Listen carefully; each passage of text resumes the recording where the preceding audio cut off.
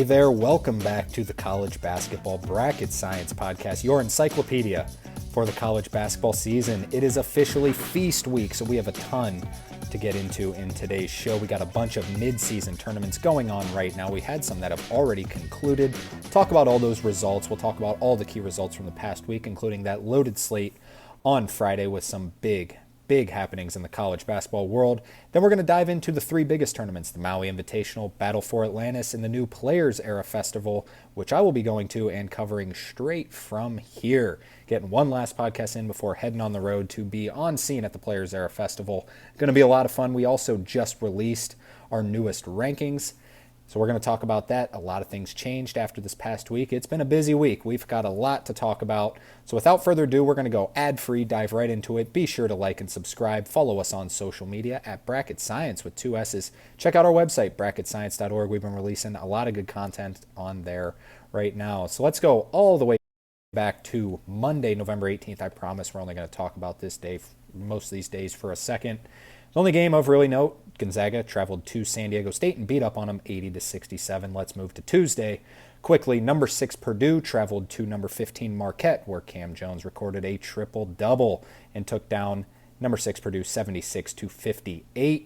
Moving on to the 20th, the next day, we're basically only talking about one game a day, a little bit more here on November 20th. For those who can see the graphic on YouTube, we have a little bit of a more fuller slate here. Number 25 Illinois took on number 8 Alabama in Birmingham, not at the university, not in Tuscaloosa, but at a Birmingham.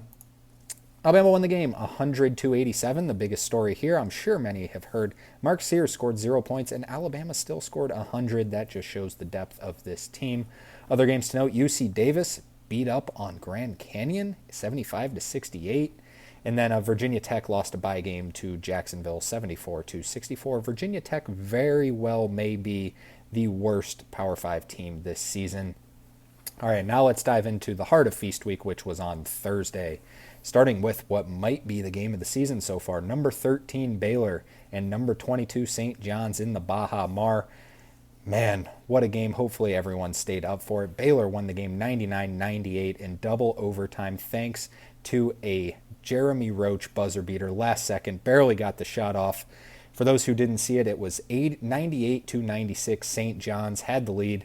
Zuby Ejiofor, St. John's big man, who has been fantastic all season long, at the line. Scott Drew decides to call a timeout, not call a timeout, but wants the officials to review, which caused a timeout, and basically just iced Zuby Ejiofor. He missed both free throws right off the second missed free throw. They got it to Jeremy Roach, knocked it down. Rick Pitino not happy that the refs decided to go take a look at that, and he even said in his post-game conference, he basically iced my guy, and I see his frustration, but just an incredible shot, incredible game to watch for college basketball fans.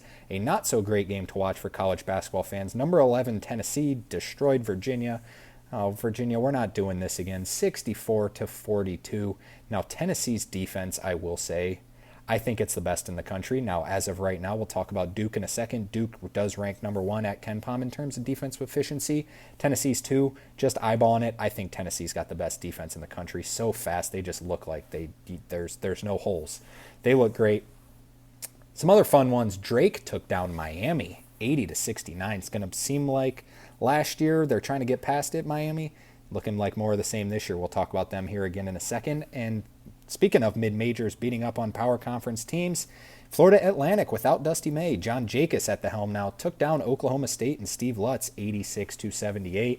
Texas took down Syracuse 70-66. And Vanderbilt, who we're going to discuss here in a second, is having themselves a great opening season under Mark Byington. They took down Nevada 73-71.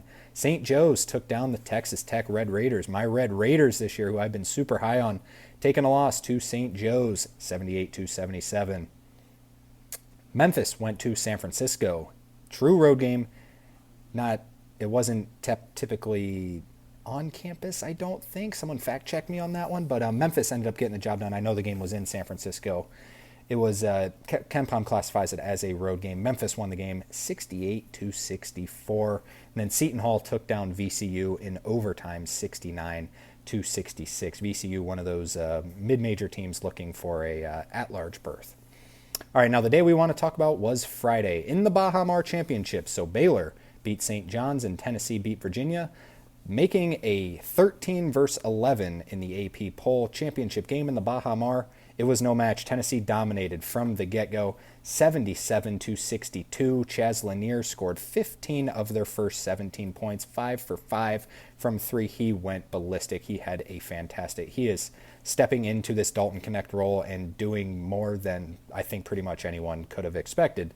I was worried about Chaz Lanier's defense. I was worried about Tennessee's offense in general. I have no worries about either one of them anymore. I think this is a top 10 team. We'll talk about them even more when we get into our rankings. Now, Duke went to Arizona, number 12 team in the country, went to that tough number 17 Arizona environment and just beat up on them 69-55. Unfortunately, for most, I will say so for myself, this game started at 10:30. I had every intention of staying up for this game. I made it through the Baylor-Tennessee game, even though it was kind of a blowout to start. But made about through halftime of this Duke-Arizona game. Don't remember what ended up happening because I just passed out. So I didn't get to see the whole game. What I do know is I got to see Caleb Love throw up a lot of bricks. I'm so tired of watching Caleb Love go 1 for 9 from the three-point line as he did in this game, which is why I bet Duke. And I kind of had no worries about even going into such a tough environment. Cooper Flagg went off in this one, 24 points, 10 of 22 from the field. He looked really good. Con Knippel, their second leading scorer. But it was their defense. Their defense really is what got the job done. They frustrated Caleb Love because if you give him anything, he's just going to huck it up. And it's ugly. I'm getting sick and tired of watching him, as mentioned. Carter Bryant did have a pretty good game off the bench, the freshman for Arizona. He had 6 points. Motojais Krivas got thrown into that starting lineup. He was solid, 5 points, 4 rebounds, 5 assists for a big man. I like Krivas. I think he's the key to their team. But Arizona right now, 2-2 on the year. Not off to a good start. Now, Nebraska went to Creighton in that in-state rival. Just dominated them, 74-63. They were just the better team in this game. From start to finish, it was a blowout to start the game early, and Creighton tried to fight back into it, but Nebraska wasn't happening. Great game. Nebraska gets the job done, kind of saves some of their, this is a huge win for some of their at-large hopes. Ryan Kalkbrenner only had 4 points in this one. 11 rebounds, but only 4 points, and all 4 points came from the free throw line. Only 0 of 1 from the field. Tremendous job by Nebraska defensively in this one. Bryce Williams had 16 points.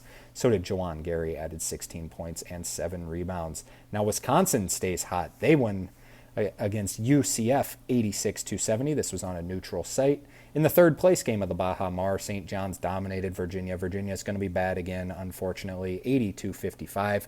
Drake beat FAU 75-63. Ben McCullum. For those who don't know Ben McCullum, he is replacing Tucker DeVries at Drake. Ben McCullum won 4 Division II national championships. He now replaces DeVries, as mentioned, and is undefeated to start the season in great shape. Pitt took down LSU 74-63. It got close for a while, but Pitt is spectacular. Pitt is flying under the radar right now. They're one of the better teams in the country. Vanderbilt took down Seton Hall 76-60, as mentioned. Vanderbilt is blazing hot. We'll talk about them again here in a second.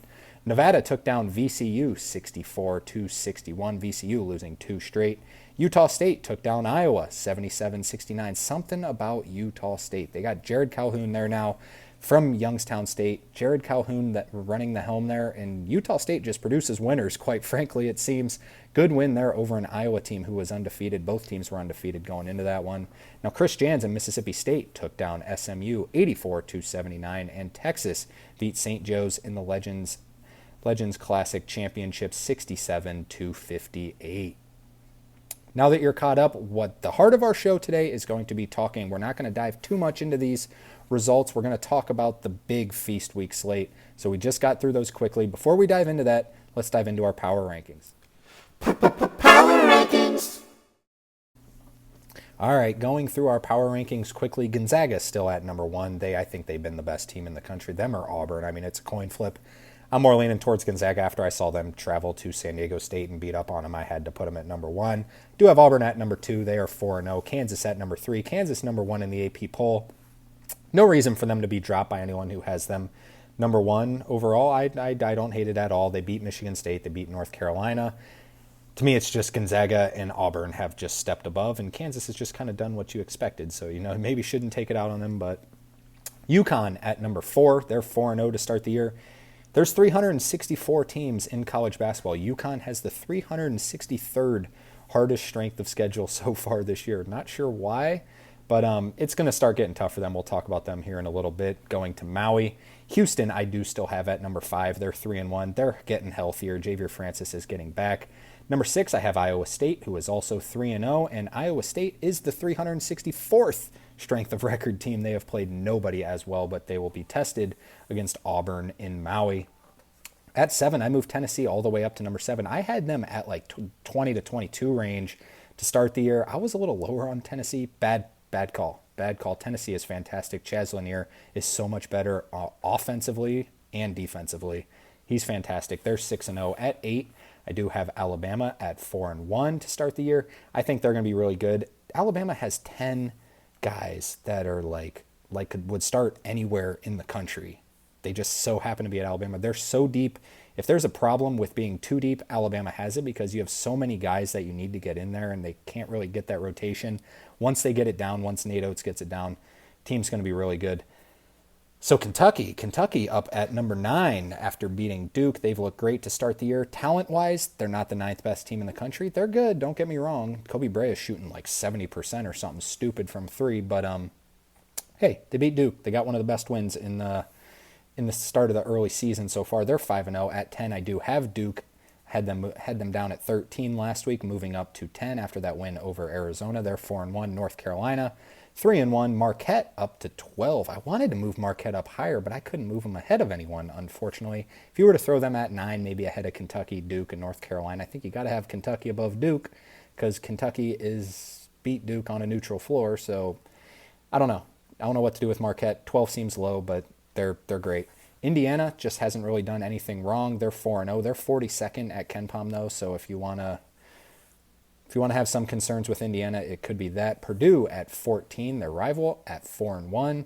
They lost to Marquette, obviously. I have Pitt up to 15. Pitt has been spectacular to start the season. Pitt is up to, let's take a look here. They're up to 14 at KenPom right now. 14, looking really good. They're looking like they're going to be that team. We were saying a lot of people thought it was going to be Miami. I thought it was going to be Virginia for a while, quite frankly, until Tony Bennett left.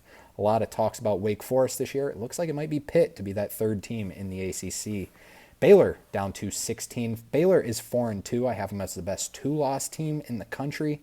Now Baylor they've played 6 games. 4 of them have been against teams in my top 7, in my top 20. In my top 20, 4 of them have played Baylor.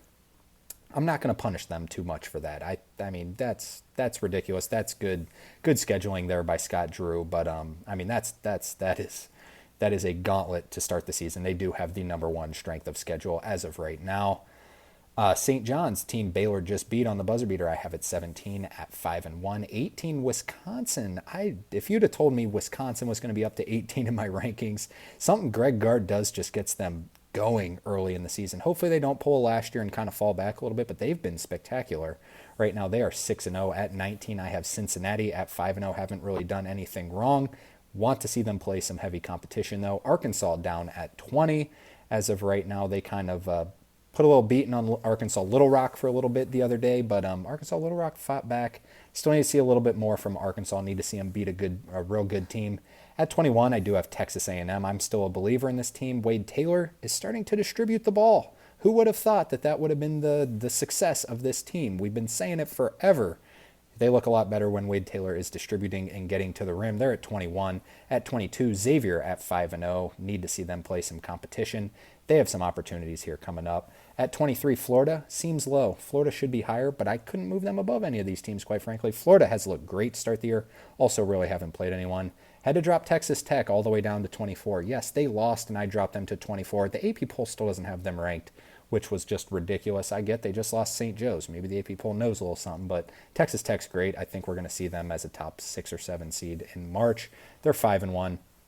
Move Creighton down to 25. Now, you might be asking, why is Nebraska not above Creighton? I don't really believe in any team can beat any team on any given night. Now, it was domination, and I've been lower on Creighton than most for a while. I still see some pieces there. Ryan Kalkbrenner, 4 point. He didn't have a field goal. I don't know. That just seems kind of like an off night to me. We'll see about Creighton. Creighton's kind of, I know, if you think they should move out of the rankings, I get it. But at 26, I do have Michigan. Now, I will admit, most people probably won't have this. I am higher on Michigan than most people. I think they are one guard stepping up away from being a top 15 team in the country. They have so much talent. They got Danny Wolf distributing the ball a little too much, which Danny Wolf is, I'm pretty sure he's still leading the country in turnovers. Not good. He's 7 foot. 7-footer should never lead, but that just kind of shows how versatile he is, how he can play outside, he can play inside. They're really running the offense through him. One guard needs to step up. Will it be Roddy Gale? Will it be Trey Donaldson? We'll see. Moving on to Michigan's rival, number 27, Ohio State. Picked up a great win today in football over Indiana. Just blew them out, blitzed them. But Ohio State off to a good start of the year. They're blowing out the teams that they should be blowing out, which is why their KenPom rating is going up. For a while there, Ohio State was the highest-ranked Big Ten team. Purdue did just surpass them, but Ohio State's still 18th at KenPom right now. Texas, the team Ohio State beat opening night at 28. They just won the Legends Classic, as we mentioned. I have Arizona down at 29. I'm curious to see what the AP poll does with Arizona. They're 2-2. That just looks weird in a poll. Like, you look at a team like 2-2. I don't know what to do with them. I think I need to see one more game. Give them a bye against Wisconsin. Wisconsin start off blazing hot. It's at Wisconsin. Then you play probably the most talented NBA prospect team in the country against Duke. So it's like, we still need to see a little more, but you're 2-2. Baylor's run a gauntlet, and I don't know. Arizona down at 29. I do have St. Mary's at 30, Randy Bennett's squad. Randy Bennett, I will speak it so long, so underappreciated. The other teams I strongly considered, Memphis. Penny Hardaway's squad off to a great start. I didn't see that one coming, quite frankly. They got a lot of talent, but they also have Penny Hardaway. He's done a good job. Give credit where credit's due. Rutgers, I still need to see Rutgers really beat a good team. They'll have a chance in the Players Era Festival. Kind of struggled with Merrimack a little bit. Ace Bailey is back, so there's some excitement there. Ole Miss and Mississippi State. Both right here. Both could very easily be in your rankings. Wouldn't hate it at all. Boise State as well, along with Illinois and Nevada on here as well as strongly considered. All right, now we're going to dive into our tournament brackets. So for those watching on YouTube, I got the bracket pulled up. For those listening, I will discuss the bracket for you. So let's start with the Battle for Atlantis. The Battle for Atlantis is the weakest field out of these three. Now, the Battle for Atlantis teams this year include Arizona, Providence, Gonzaga, Davidson, Louisville, Indiana, West Virginia, and Oklahoma. So these are the games, and this is how it will work. You got Louisville versus Indiana. They will play the winner of West Virginia and Gonzaga. Let's just kind of fill out this bracket as we go, so for some hypotheticals. Then you got Oklahoma taking on Providence, who will play the winner of Davidson, Arizona. So if you're going to go by the favorites, you're probably going to see a second-round matchup of Indiana and Gonzaga. That would be a lot of fun. That's almost a top 15 matchup. Can't remember where Indiana is in the AP poll. I think Oklahoma's going to knock off Providence. I think Providence has been very underwhelming this year. They cannot score the ball. I think they'll figure it out, but they cannot score the ball.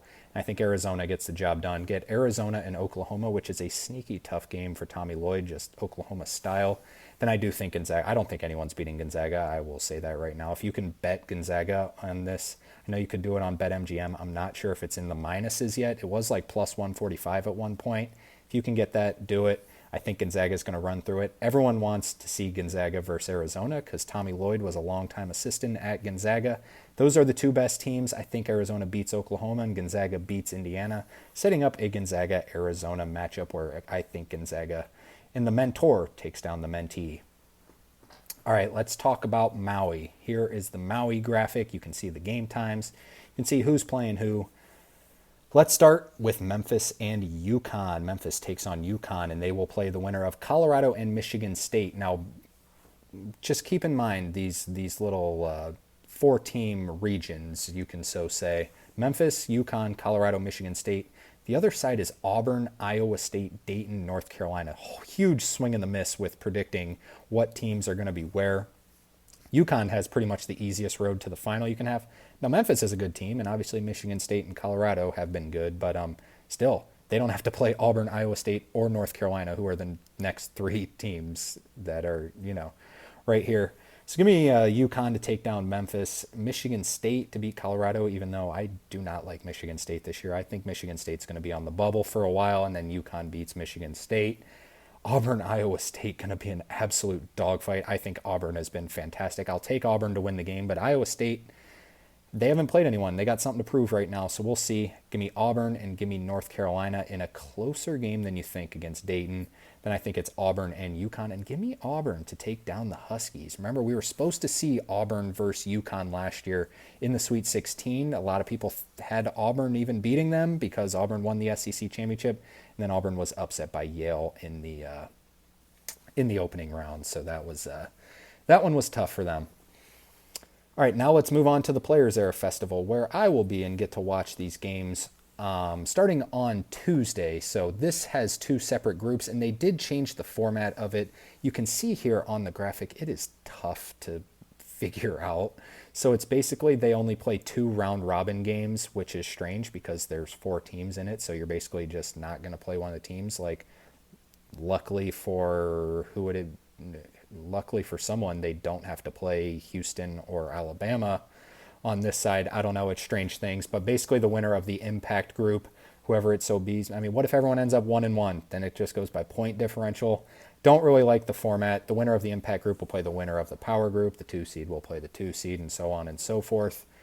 So the games, starting with Houston and Alabama on opening night. That will be a lot of fun. We get Rutgers and Notre Dame on this side, and then the next day will be Rutgers, Alabama, and Notre Dame versus Houston. Then on the other side, we have San Diego State taking on Creighton, Oregon taking on Texas A&M on Tuesday, and on Wednesday, Oregon, San Diego State, Texas A&M, and Creighton. More evenly matched on this one. You got the 2 powerhouses on the other side, Houston and Alabama, and then Rutgers and Notre Dame both on the come up. Everyone else on the other side just kind of middle of the pack, what you would kind of expect. So that will be a lot of fun. We'll talk more in depth about these games here in a second. So now let's dive into the games to watch laid out by day for the rest of the week. Games to watch. All right, starting on Sunday today, we got St. John's taking on Georgia in a sneaky good game. Georgia just got beat by Marquette on Saturday. This game is at 11 a.m. Love games early in the morning. 11 a.m. on CBS Sports Network. At 1 o'clock on ESPN, Villanova, Maryland. They play every single year. Maryland, I think, is just going to absolutely obliterate Villanova. Villanova is so bad right now. Maryland, we talked a lot about Kevin Willard on the last podcast, how we think he's a little bit overrated. Man, he's not as over. I mean, Kyle Neptune's not rated anything. He's just bad. But give me Maryland to blow him out in this game.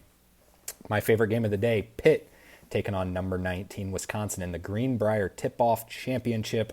Both teams 6-0 coming in. Both teams have probably been the 2 teams that have over-impressed every other team in the country. I think Pitt gets the job done in this one. I'm high on Pitt, but don't be surprised. Wisconsin's offense is powerful right now. Now, the Myrtle Beach Invitational Championship is at 5:30 on ESPN. Middle Tennessee State off to a great start to the season, taking on the Missouri Valley preseason favorites, Bradley. Both teams coming in 5-1. I think Bradley gets the job done in this one.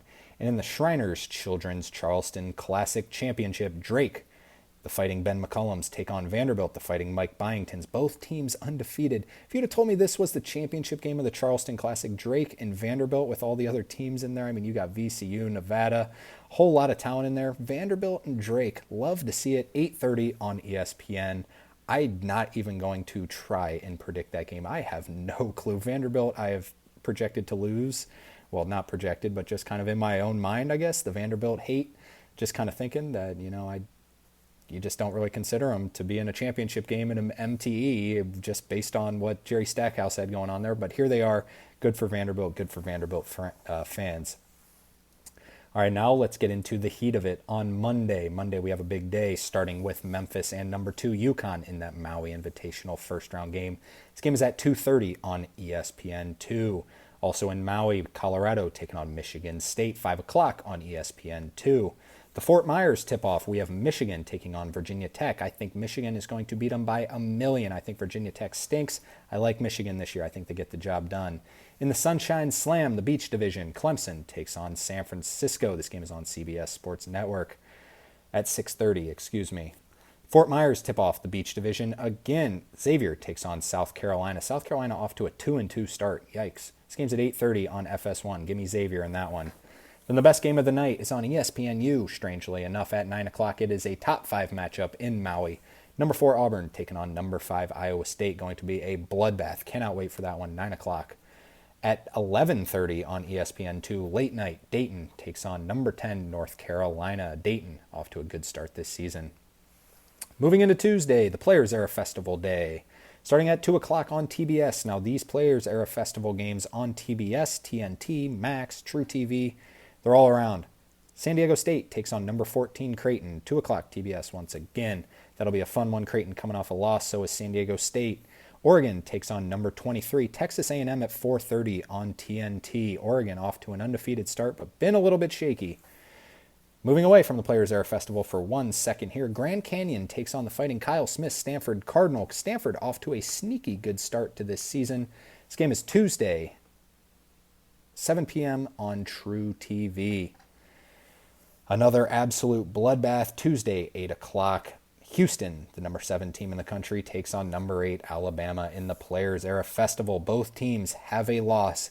Both teams were two of the probably top 5 favorite teams to win the national championship by most coming into the year, and both teams have suffered a loss. No team wants to lose too. We will see. This is going to be elite defense versus elite offense. Going to be a lot of fun. Now, the Players Era Festival is played in Vegas. Also going on in Vegas, it is a busy weekend in Las Vegas. Number 1, Kansas takes on Cooper Flag and number 12, Duke. This game's at 9 o'clock on ESPN in the Terry's Chocolate Vegas Showdown. The last game of the Players Era Festival on Tuesday is number 24, Rutgers taking on Notre Dame. This game is at 10:30 on TBS. Moving on to Wednesday, the Battle for Atlantis starts. So we get Louisville taking on number 16 Indiana at 12 on ESPN. West Virginia taking on number 3 Gonzaga at 2:30 on ESPN. Give me Gonzaga to beat them by 1,000,000 in that one. Now the Players Era Festival. Yes, we have Maui and Players Era Festival on the same day. It must be Christmas time. Oregon takes on San Diego State. This game's at 4 o'clock only on Max. Get that Max subscription. Oklahoma takes on Providence in the Battle for Atlantis. Both teams undefeated right now. This game's at 5 o'clock on ESPN2. At 6:30 on Max. Get those split screens ready. Number 23, Texas A&M takes on number 14, Creighton in the Players Era Festival. Moving back to the Battle for Atlantis, we're just bouncing back and forth. Davidson takes on number 17, Arizona. 7:30 on ESPN2. At 10 o'clock on TBS, number 24, Rutgers takes on number 8, Alabama in the Players Era Festival. And the last game of the Players Era Festival is technically on Thursday, but it starts at 12:30 a.m., so kind of Wednesday, kind of Thursday, however you want. Notre Dame takes on number 7, Houston. That will be a fun one for sure. Moving on to Thursday, Thanksgiving Day. It's not just for football anymore. It is for hoops. Number 21, Florida takes on Wake Forest. This should be an absolute showdown.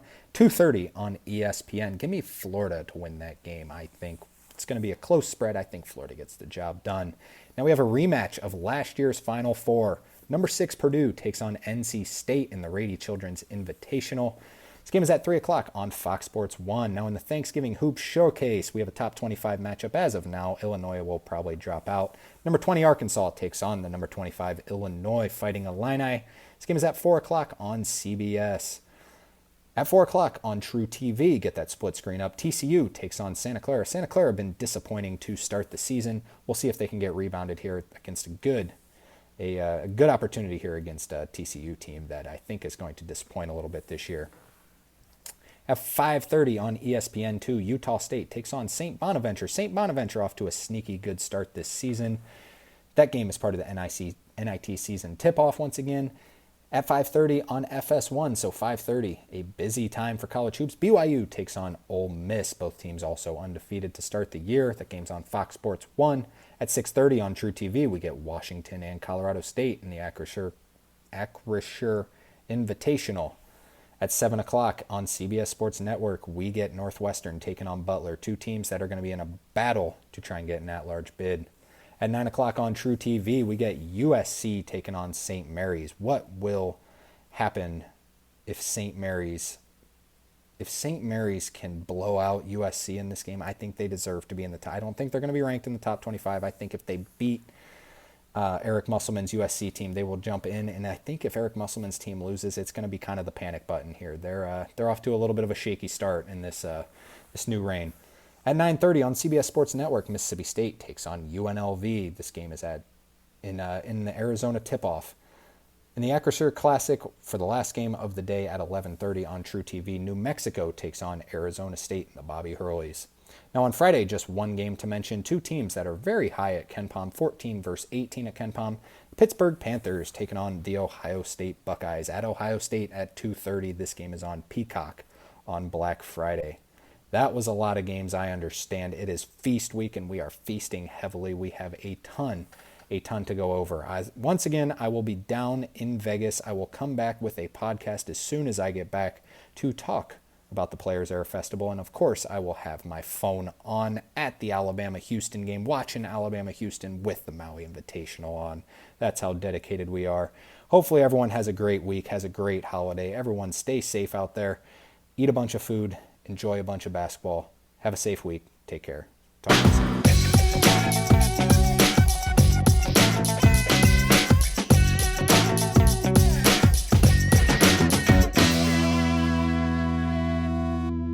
Are you looking to support your school with a nice college t-shirt that is not only stylish, but also comfortable? I have got the shirt for you.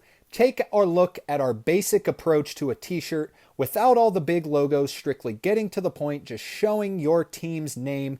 These shirts are comfortable, they're stylish, they're basic, there's not too much going on. They come in the colors white and gray. They are a great deal right now. Go check them out on our website, bracketscience.org, link in the description.